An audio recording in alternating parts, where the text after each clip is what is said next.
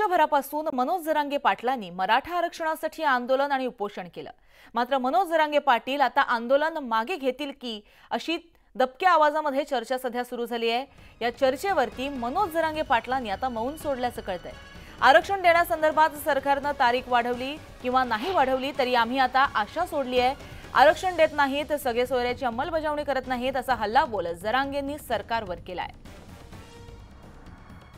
सरकार वारंवार म्हणलं माघार घेणारे गुन्हे आणखी पुन्हा 30 तारीख दिली, म्हणजे तारीख का वाढवली, तारीख पे तारीख असं होताना पाहायला मिळतं। त्यांनी वाढीली बी आणि नाही वाढीली तारीख किंवा त्यांनी घेतले नाही घेतले तरी आता आम्ही आशा सोडलेली। कारण आरक्षण ते देत नाहीत, सगळे सोयऱ्याची अंमलबजावणी करत नाहीत, ते गॅजेट पण घेत नाहीत।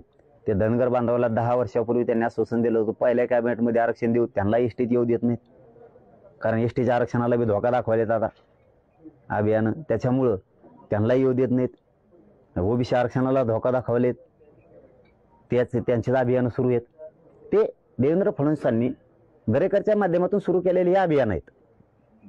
हे रॅल्या पिल्या हे सगळे अभियान आहेत। माझ्या विरुद्ध रचणारे षडयंत्र हे सगळं अभियान आहे। षडयंत्र हे सापळा रचला आहे। तर वंचितचे अध्यक्ष प्रकाश आंबेडकर यांनी आरक्षणाच्या मुद्द्यावरून एक खळबळजनक भाष्य केलंय। कुणबी मराठा हे खरे ओबीसी नाहीत, त्यामुळे त्यांच्यापासून सावध राहा असं आंबेडकर म्हणालेत। तर दुसरीकडे विधिमंडळ सभागृहामध्ये 190 कुणबी मराठा आमदार असून फक्त 11 ओबीसी आमदार आहेत, त्यामुळे ओबीसी आरक्षणाला 100% धोका आहे असं खळबळजनक विधान जे आहे ते आंबेडकरांनी केलंय। तर दुसरीकडे महाराष्ट्रात एससी एसटी साठी 57 आरक्षित जागा आहेत, तर मराठा ओबीसी विभाजन होऊन ते एकमेकांना मतदान करणार नाहीत, त्यामुळे ओबीसींना आपलं आरक्षण वाचवायचं आहे तर मराठ्यांना ओबीसीत घुसायचं आहे, म्हणून एससी एसटीच्या 57 जागा महत्त्वाच्या आहेत असं विधान आंबेडकरांचं आता समोर आलंय। कुणबी मराठ्यापासून सावध राहा याचं कारण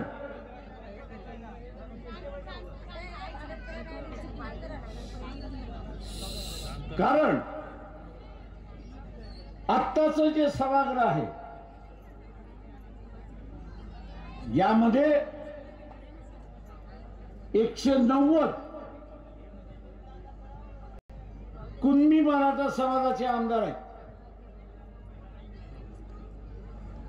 190 कुणबी मराठा समाजाचे आमदार आहेत आणि फक्त 11 ओबीसीचे आमदार आहेत। कुणबी स्वतःला ओबीसी जरी म्हणत असला तरी सभागृहामध्ये तो म्हणतो मी मराठ्यांबरोबर आहे। ओबीसीच्या आरक्षणाला धोका आहे का? 100% धोका आहे। 100% धोका आहे। इलेक्शनच्या अगोदर नाही पण इलेक्शनच्या नंतर आहे।